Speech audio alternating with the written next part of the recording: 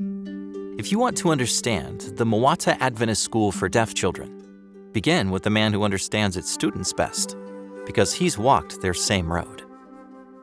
Jonas Obiero serves as the principal of the Mwata Adventist School in Kisii, Kenya.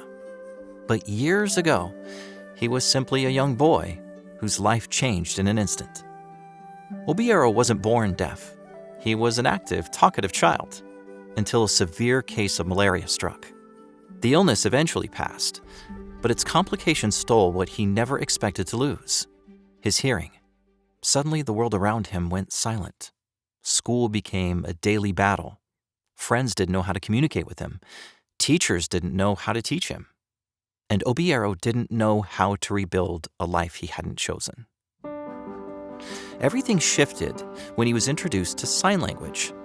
At last, communication returned.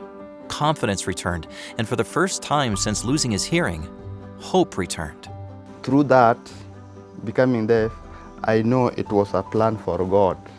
Maybe one day I came to Mwata School to also help the deaf children to know the Word of God and same time to learn for their future. As he grew older, Obiero sensed God calling him to teach at Mwata School, leading children who walk the same difficult road he walked. Now, as principal, he guides students with the same compassion he once needed himself. They see themselves in him, and he sees a future in them.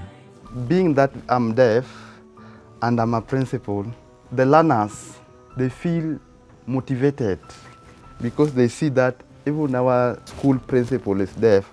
As same, we can become somebody in future. But Mwata has had practical challenges. Too many students and too little space. There was no hall for worship, assemblies, or school programs for the growing community. In 2023, your 13th Sabbath offering, also known as the Quarterly Mission Project, went to help this school. With your support, Mwata is building a bright and spacious multi-purpose hall, the new heart of campus life.